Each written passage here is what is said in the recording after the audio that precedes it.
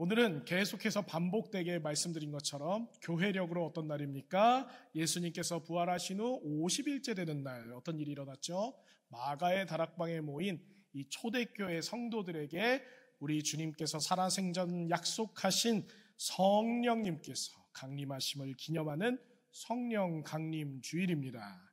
이렇게 참으로 뜻깊고 기쁘고 중요한 날에 우리 주님께서 지난주에 이렇게 확정하시고 세우신 우리 귀한 정유석 목사님 직접 말씀 전해주시면 너무 좋을 텐데 우리 목사님 이사도 하셔야 되고 또 여러 가지 정리도 하셔야 될 거 아닙니까? 시간이 필요합니다. 시간이 필요하기 때문에 이 부족한 종이 대신 서게 되었습니다.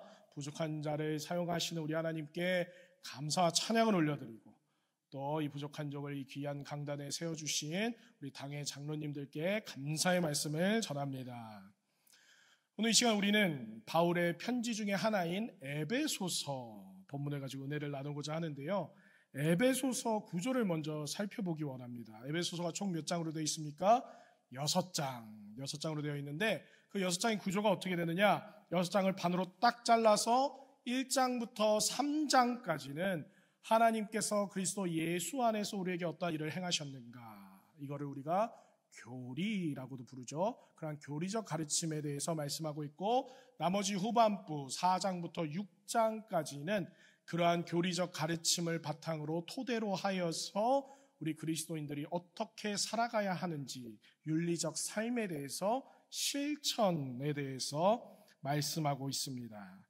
근데 우리가 오늘 묵상하고 있는 에베소서 본문이 몇 장입니까? 4장 1절부터 6절까지죠. 그러니까 후반부 실천편을 시작하는 4장에서 가장 먼저 등장하는 말씀인 것입니다. 실천편에 있어서 여러분 가장 먼저 등장하고 언급되어지는 내용이라면 그 내용이 중요할까요? 중요하지 않을까요? 중요하죠. 마음이 급하기 때문에 중요한 것부터 얘기해야 돼요. 중요한 것입니다. 중요하니까 가장 먼저, 맨 먼저 말씀하는 것입니다. 따라서 오늘 본문은 에베소서 후반부의 핵심 내용, 중심 가르침이라는 것이죠. 그러면 그 핵심 내용이 무엇인가? 우리가 1절부터 쭉 보시면 문장의 마무리가 몇 절에서 되어집니까? 3절에서 되어지죠. 그래서 3절이 바로 핵심 메시지이자 에베소서 후반부의 가장 중요한 구절이 되는 것이에요. 우리 오늘 3절 말씀 아까 읽었지만 다시 한번 읽어보도록 하겠습니다. 시작. 평안에 매는 줄로 성령이 하나 되게 하신 것을 힘써 지키라. 3절 말씀 오늘 설교 제목이기도 하죠. 평안에 매는 줄로 어떻게 하라고요? 성령이 하나 되게 하신 것을 힘써 지키라는 것이에요. 즉 에베소서 후반부의 핵심 메시지는 뭡니까? 하나됨, 하나 되게 하심, 유니티인 것이에요. 그런데 그 하나 되게 하심의 역사가 누가 주체가 되어서 그렇게 실행한다고 말씀하고 있습니까? 성령이 하나 되게 하신 것, 성령님께서 그렇게 하신다는 것이에요. 오늘 성령 강림 주일을 맞이하여서 오늘도 지금 이 시간에도 우리 안에 내주하시는 성령님, 오늘도 우리 교회와 성도들을 지키시고 인도하실 뿐만 아니라 어떻게 해요? 하나 되게 하시는 그 성령님의 은혜가 이 시간 가운데 충만케 임하기를 간절히 소망합니다. 먼저 그러면 1절 말씀을 보시면 어떻게 시작합니까? 1절 말씀, 주 안에서 갇힌 바울이, 1절 말씀, 주 안에서 갇힌 내가 바울이 너희에게 권한다고 하는데 그 권면하는 내용이 무엇입니까? 1절 하반절에 보니까 너희가 부르심을 받은 일에 합당하게 행하라는 것이죠. 그러니까 여기서 우리가 주목해야 할 것은 부르심을 받은 일에 합당하게 행하라고 하는데, 그렇다면 과연 여기서 말씀하는 부르심을 받은 일이 도대체 무엇이냐는 것이죠. 무엇인지를 알아야 우리가 합당하게 행할 것 아니겠습니까? 게다가 이 부르심에 대해서는 오늘 본문 4절에서도 등장하죠. 너희가 부르심의 한 소망 안에서 부르심을 받았느니라. 따라서 우리는 대체 이 부르심이 무엇인가에 대해서 분명하게 알 필요가 있는 것입니다. 더 나아가 이 부르심이 무엇인가에 대해서는 오늘 본문 핵심 구절이 몇 절이라고 했습니까? 3절 말씀과도 연결이 되기 때문에 우리는 이에 대한, 이 부르심에 대한 명확한 이해가 있어야 됩니다. 그런데 바울이 여기서 말하는 부르심에 대해서 알기 위해서는 에베소서의 전반부인 1장부터 3장까지 전체 내용을 사실 살펴봐야 돼요. 왜냐하면 아까도 제가 말씀드린 것처럼 에베소서 전반부가 이론편이고 후반부가 실천편이기 때문에 이 실천의 토대와 근거가 되는 전반부, 즉 이론 부분에서 어떠한 이야기를 했는지 파악을 해야지 이 실천부, 오늘 본문의 뜻과 의미를 명확히 알 수 있기 때문이죠. 그러나 우리가 시간 관계상 이 이론편을 세세하게 다 살펴볼 수 없기 때문에 오늘 이 시간에는 핵심만 살펴보도록 하겠습니다. 오늘 본문 1절과 4절에 등장하는 이 부르심에 대해서는 이미 에베소서 1장 18절에서 등장한 바가 있습니다. 에베소서 1장 18절 말씀 보시면 보세요. 너희 마음의 눈을 밝히사 그의 부르심의 소망이 무엇이며 하면서 쭉 내용이 전개되죠. 이 부르심이 무엇인지에 대해서 저렇게 18절에서 맨 먼저 소개하고 그 이후 내용에서 그것이 무엇인지에 대해서 바울이 쭉 설명해 나갑니다. 그런데 우리가 방금 읽은 저 18절 말씀, 1장 18절 말씀 보시면 좀 특이한 점이 있어요. 부르심을 지금 무엇과 연결하고 있습니까? 부르심의 소망과 연결하고 있다는 것이죠. 이게 사실 특이한 것이고 주목할 만한 것입니다. 왜 그렇습니까? 여러분, 우리가 보통 주님의 부르심에 대해서 생각할 때 가장 먼저 드는 생각이 무엇입니까? 무엇이에요? 우리 청년들 한번 대답해 보십시오. 제가 우리 청년들, 우리 연준 형제한테 다가가가지고 연준아, 25일 날 26일이었나요? 효도잔치 하는데 너가 필요해. 주님께서 너를 부르신다. 그럼 연준이가 어떻게 대답합니까? 목사님, 그날 아플 예정입니다.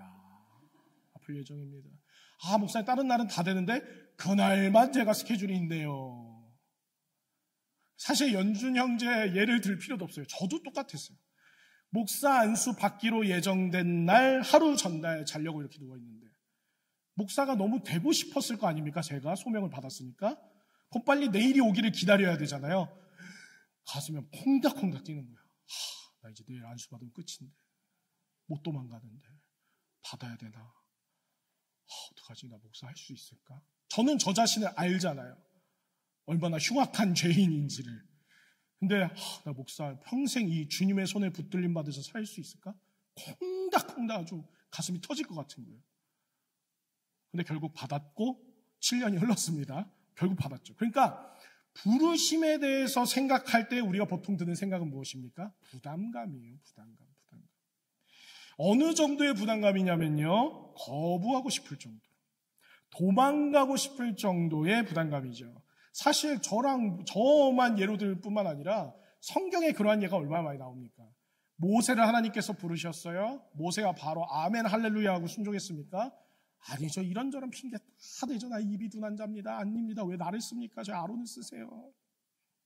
사사 기드온은 어땠습니까, 여러분? 기드온. 양털 카페 깔아놓고 하나님 2번이나 시험하잖아요. 여기만 적셔주시고, 이번에는 여기 말고 다른 곳만 적셔주시고. 그리고 우리가 잘 아는 선지자 요나는 어떻습니까, 여러분? 니느웨로 가서 나의 메시지를 전해서 그 불쌍한 백성 회개시켜라. 아멘 했습니까? 바로 반대편 배로 가는 거 티켓 끊어가지고 다시스로 도망가잖아요.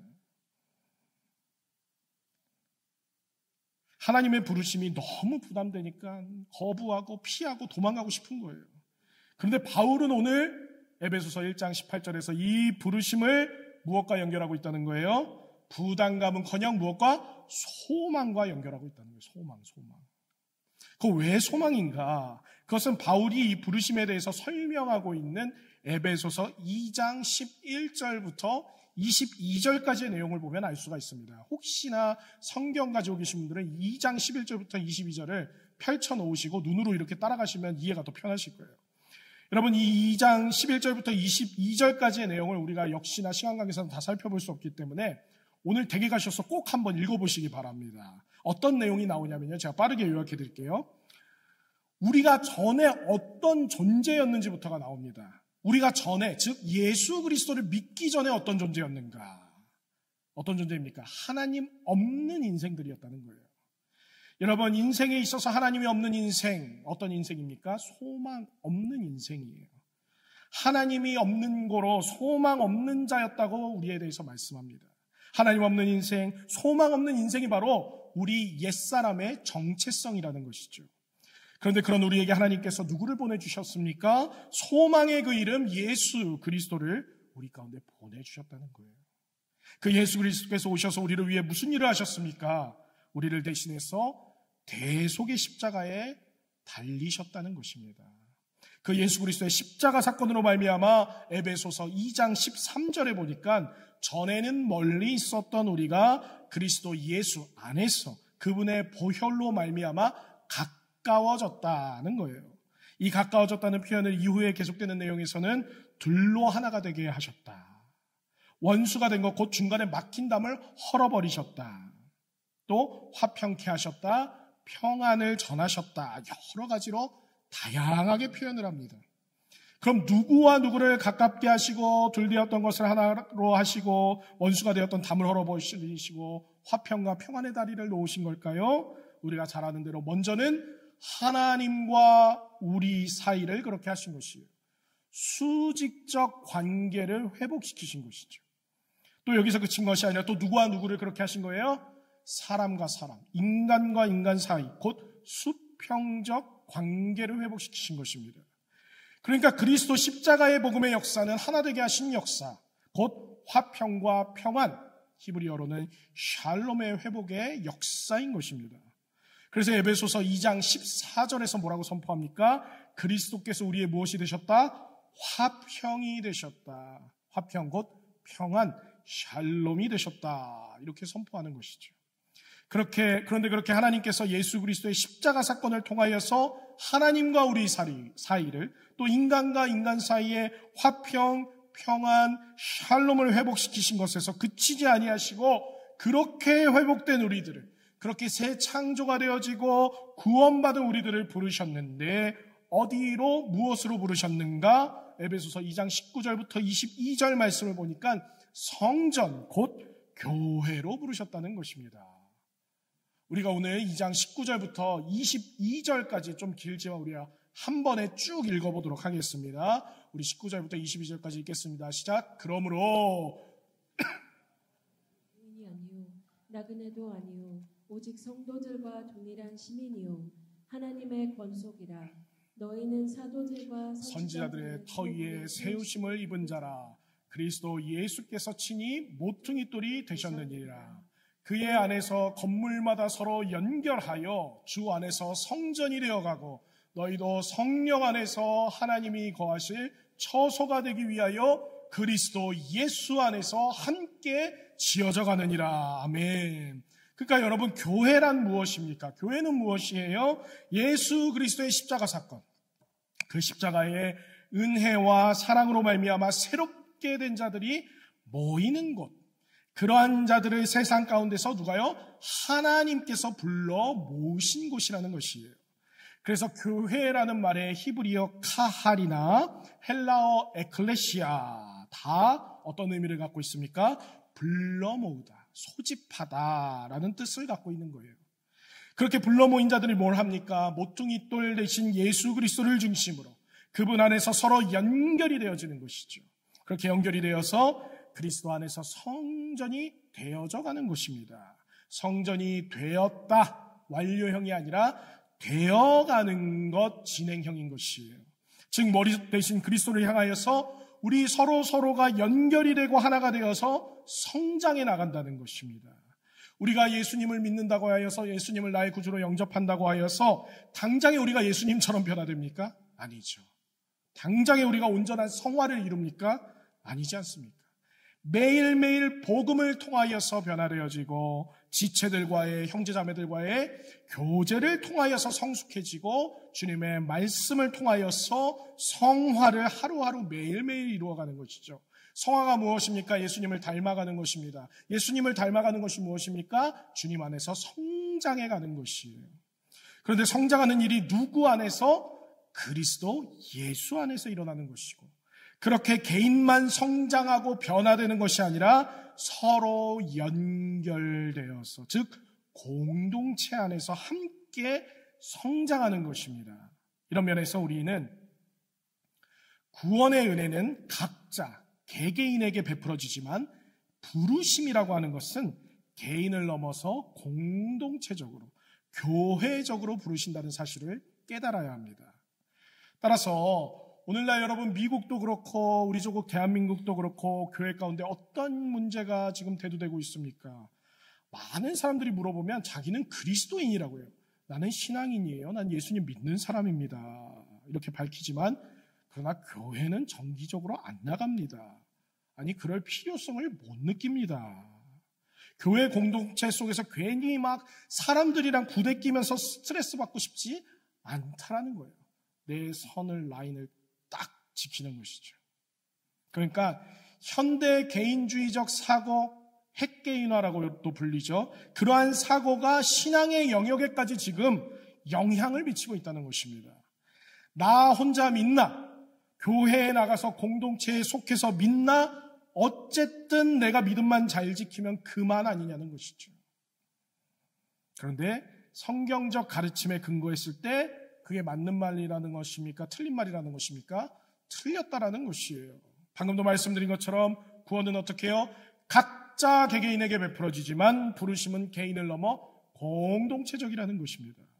우리를 부르신 하나님의 부르심은 반드시 교회 공동체로의 부르심이라는 사실을 잊지 마시기 바랍니다. 그래서 여러분 초대교회 때 신약성경 보면 초대교회 때 맨날 한 게 뭡니까? 딴 거 안 했어요. 맨날 그냥 모였습니다. 그래서 사도행전 2장 46절 말씀에 보면 뭐라고 되어 있습니까? 날마다 마음을 같이하여 어디에요? 성전에 모이기를 힘쓰고. 뿐만 아니라 히브리서 10장 25절 말씀에서는 뭐라고 말씀합니까? 모이기를 패하는 어떤 사람들의 습관과 같이 하지 말고 어떻게 해요? 오직 권하여 그날이 가까움을 볼수록 더욱 그리하자. 그날 예수님께서 다시 오심이 가까이 올수록 종말의 때가 가까이 올수록 더욱 그리하자. 뭘 하자는 거예요? 모이자. 그러므로 신앙의 개인화, 신앙의 개인중심주의는 편의성에 기반한 혹은 편의성을 우위에 둔 생각이지 결코 성경적 가르침이 아니라는 사실을 우리는 반드시 기억해야 할 줄로 믿습니다.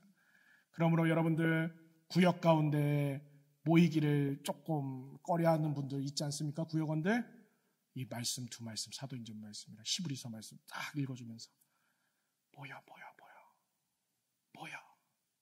모이기를 힘써야 돼. 우리 그날이 가까이 올수록 건면하시기를 바랍니다. 아이고 두 분 건면하실 것 같은데 건면하시기를 바랍니다. 아멘. 감사합니다. 제가 지금까지 드린 말씀을 정리하면 하나님께서 예수 그리스도의 십자가 사건을 통해서 하나님과 우리 사이에 화평, 샬롬을 회복하시고 또 사람과 사이에 샬롬을 회복하실 뿐만 아니라 그렇게 주 안에서 새롭게 된 자들을 교회로 부르시고 그렇게 모인 우리가 모퉁이 돌 되신 예수 그리스도 안에서 서로 공동체 안에서 연결이 되어서 머리 대신 그리스도에게로 자라나야 한다고 하였습니다. 근데 여기서 그치면 뭔가 조금 이상하죠, 여러분? 뭐가 이상합니까? 지금까지 말씀드린 거는 전부 다 무엇을 향하고 있어요?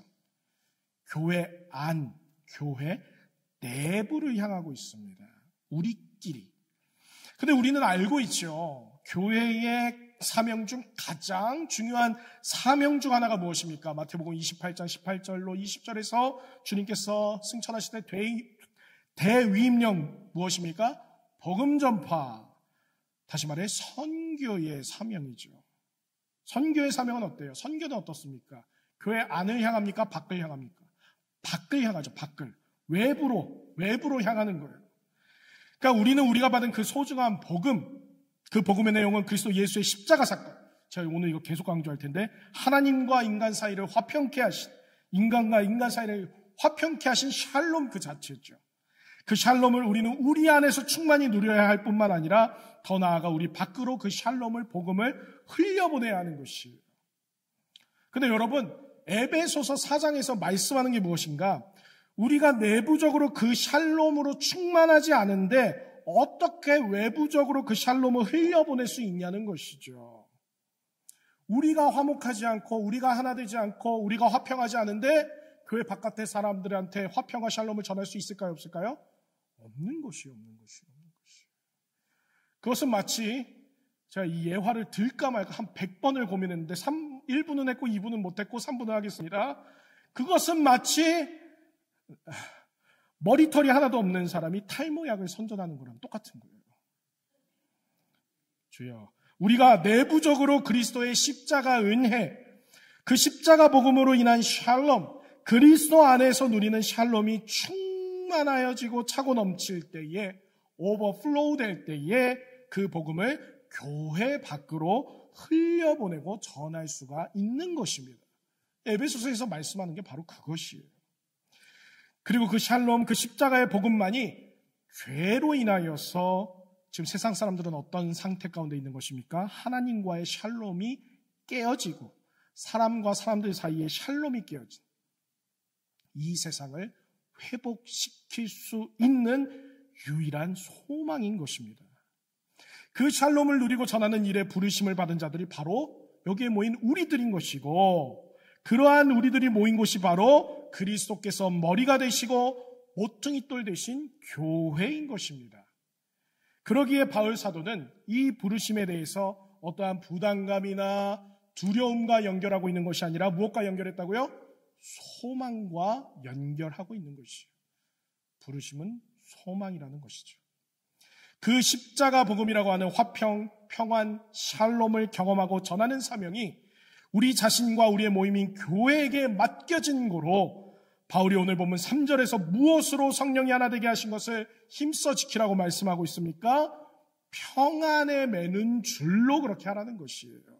왜요? 우리가 지금까지 살펴본 것처럼 이 평안, 샬롬이야말로 교회가 추구해야 하는 가장 중요한 가치 중에 하나이기 때문입니다. 그래서 성령께서 다른 줄, 다른 끈이 아니라 평안, 이 샬롬의 줄, 샬롬의 끈으로 우리 한 사람 한 사람이 모인 이 교회가 하나 되게 하시도록 이것을 지키기 위해서 아주 최선의 노력을 다해서 힘써 지키라고 지금 명령하고 있는 것입니다. 이 명령 형태예요.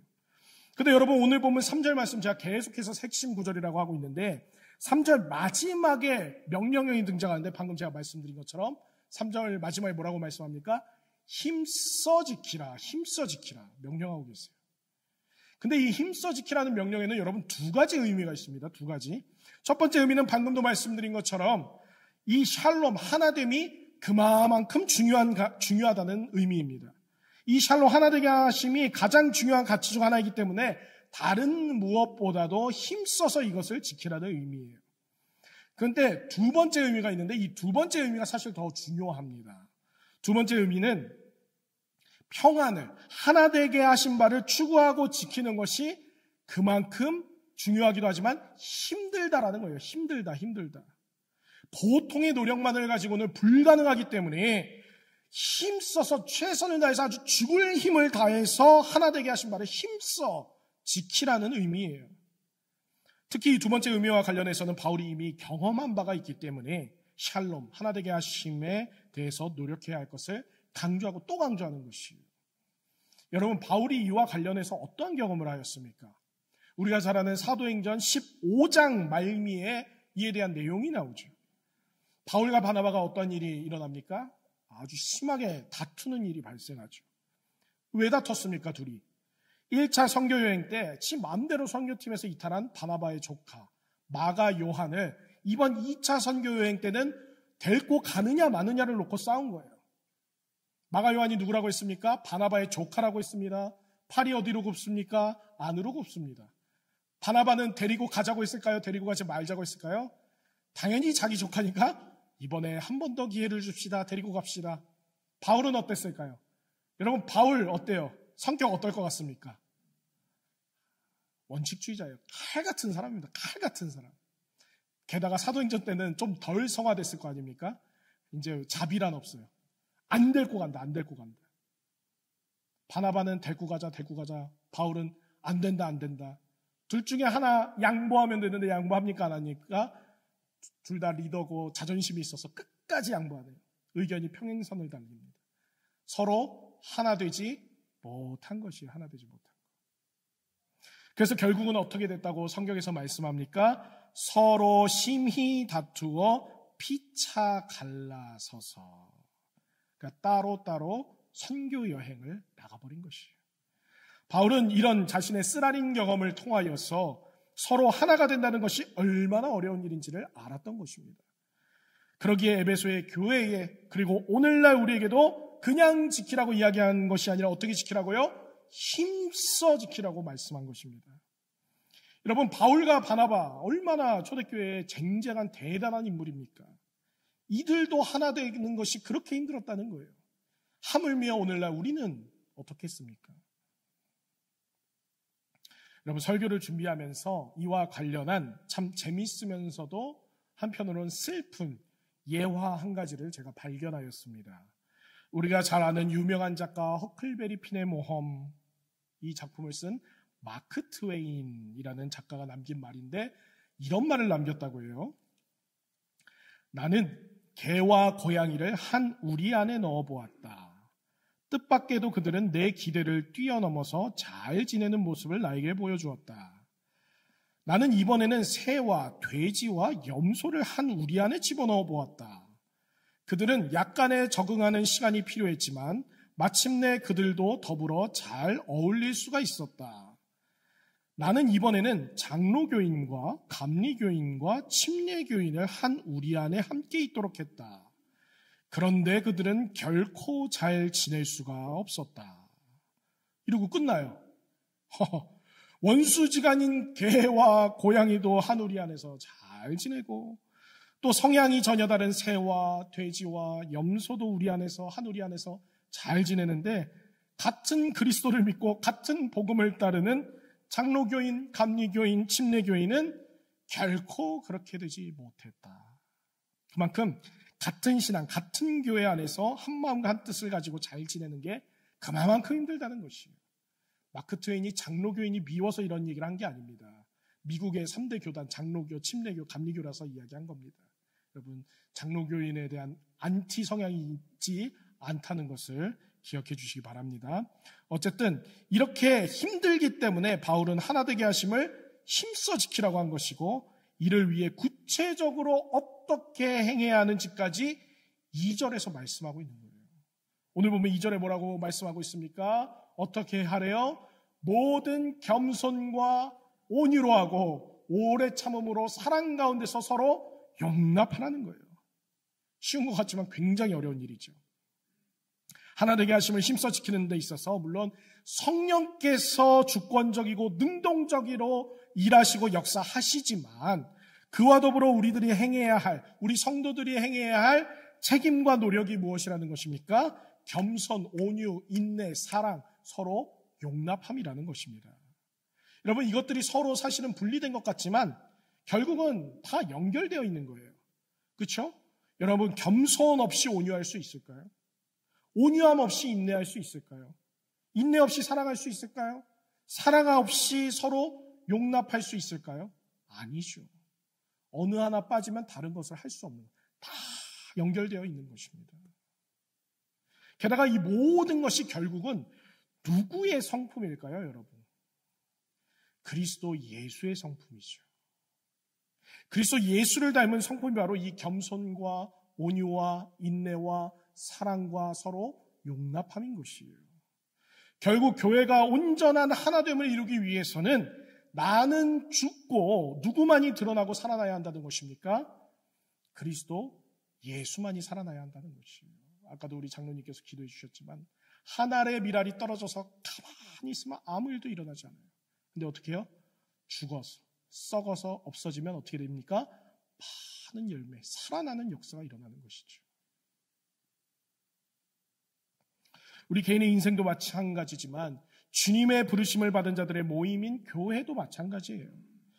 교회에서는 언제나 내가 드러나면 안 됩니다. 나는 철저하게 죽어야 돼요. 죽어야 돼요. 내가 왜 죽어야 됩니까? 그래야 젠틀해 보이고 신앙 좋아 보이고 사람 좋아 보이고 멋있어 보여서? 그게 아니라 내가 죽어야 누가 사시기 때문에 그리스도께서 사시기 때문인 것이에요. 그리고 교회의 머리요 모퉁이 돌이신 그리스도께서 사셔야 결국은 무엇이 사는 것입니까? 교회가 사는 것입니다. 교회가. 오늘날 내가 죽지 못하고 살아서 머리 대신 그리스도께서 죽어있는 이 뇌사 상태에 있는 교회들이 얼마나 많이 있습니까? 교회 건물이 있어요. 교회 간판도 달려 있습니다. 심지어 십자가도 걸어놨어요.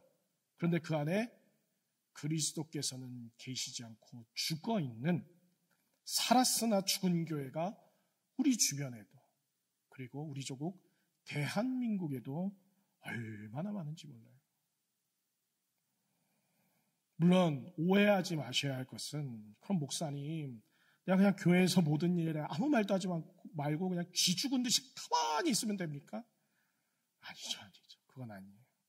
그게 아니라 내가 어떤 말을 하고 어떤 행동을 할 때에 그것이 내가 사는 일인지 아니면 교회와 교회의 머리 되시는 그리스도께서 사시는 일인지를 깊이 생각하시고, 전자와 후자 중에 무엇이 사는 일인지를 기도하면서 신중하게 말하고 행동해야 한다는 것입니다.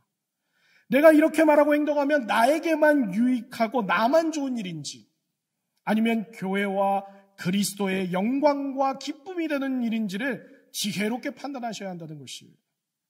그런 의미에서 오늘 우리가 성령 강림주의를 맞이하여서 성령의 인도하심을 따르는 게 얼마나 중요한지를 다시금 깨닫게 되는 것이죠. 왜냐하면 이 겸손, 온유, 인내, 사랑, 서로 용납함이 그리스도의 성품과도 닮은 성질들이지만 또한 무엇과 같습니까? 갈라디아서 5장에서 말씀하고 있는 성령의 9가지 열매, 사랑, 희락, 화평, 오래 참음, 자비, 양선, 충성, 온유, 절제와도 같은 것이기 때문이죠. 결국 교회는 나는 죽고 그리스도만 사실 뿐만 아니라 그렇게 사는 우리의 삶 가운데에 무엇이요? 성령의 열매가 주렁주렁 열리는 공동체, 그런 성도들의 모임이 되어야 한다는 것입니다. 오늘 이 시간 우리 안에 내주하시는 그 성령님께서 이 모든 것을 깨닫게 하시는 은혜와 역사를 베풀어 주시기를 간절히 소망합니다. 이제 끝으로 4절부터 6절까지 말씀이 남았습니다. 4절부터 6절까지 말씀은 그렇게 교회가 그리스도 예수 안에서 하나됨과 샬롬을 위해 힘써야 할 이유와 근거에 대해서 말씀하고 있어요. 이 4절부터 6절 말씀, 특이한 것이 있는데 4절부터 6절 말씀 쭉 보시면 하나의 단어가 계속 반복되고 있습니다. 하나의 단어가 이미 정답을 말해버렸네요. 하나입니다. 하나, 원이라는 단어가 4절, 5절 대충만 보셔도 엄청 나오죠. 하나, 한. 영어로 보시면 더 많이 나와요. 원. 한글 성경으로 보니까 이 4절부터 6절까지 하나라는 단어가 무려 7번이나 반복되고 있어요. 7번. 7번이나 반복했다는 것은 중요하니까 반복했을까요? 중요하지 않으니까 반복했을까요? 중요하니까. 그래서 강조하고 또 강조하고 있는 것이에요. 그럼 아까 질문으로 돌아가서 왜 그럼 교회가 그리스도 예수 안에서 하나됨과 샬롬을 위해서 힘써야 합니까? 그 이유와 근거가 심플하죠? 그것은 바로 우리가 방금 4절부터 6절까지 살펴본 것처럼 그리스도를 머리로 삼은 주님의 교회는 몸으로서 이미 하나이기 때문이에요. 우리가 하나가 되려고 노력을 하기도 해야 되지만 이미 뭐라고요? 이미 하나가 되었다는 것입니다. 이미 하나라는 거예요. 그래서 4절부터 6절까지 뭐를 계속 말씀합니까? 몸도 성령도 소망도 주님도 믿음도 세례도 하나님도 하나라는 거예요. 이 모든 것이 하나이기 때문에 우리는 하나님 나라가 이 땅에 이루어질 때까지 이 하나됨을 힘써 지켜야 한다는 것입니다. 이 일에 우리는 오렌지 한인교회로 주님의 부르심을 받은 것이에요. 하나됨. 오렌지 한인교회로 부름받은 우리의 사명이 여러 가지가 있을 수 있을 것입니다. 아까도 말씀드린 것처럼 우리 선교도 해야죠. 구제도 해야죠. 다음 세대도 살려야죠. 또 뭡니까? 이것저것 많이 해야 되지 않겠습니까? 그런데 그 모든 사명들을 완수하는 데 있어서 가장 먼저 우위에, 가장 먼저 선앙되어야 할 것이 무엇이라는 것이에요? 오늘 제가 계속 얘기하죠. 무엇? 하나됨. 하나 되지 못하면 그 모든 거 할 수 있다 없다? 없다라는 것이에요. 우리가 하나 되지 못하는데 무슨 선교를 하고 다음 세대를 살리고 이웃을 돌볼 수가 있겠습니까? 그런 거 필요 없다. 세상 사람들 치워버리라고 하죠. 맨날 싸우면서 뭘 우리한테 화평하라고 하냐? 특별히 이제 새로운 담임 목사님, 우리 제9대 담임 목사님, 너무 귀한 목사님이죠. 정유성 목사님 모시고 우리가 이제 여러 가지 구체적인 사역을 펼쳐나갈 것인데, 여러분 새로운 담임 목사님 뽑히니까 어떻습니까? 기분이 어떠세요? 저 더 보고 싶으세요? 어떠세요? 기대되고 설레잖아요. 어떤 목사님이실까? 어떤 목사님이실까? 무슨 사역을 해가실까? 어떤 메시지를 전하실까? 어떤 사역을 뭘 하실까? 저도 너무 기대되고 설렙니다. 우리 목사님.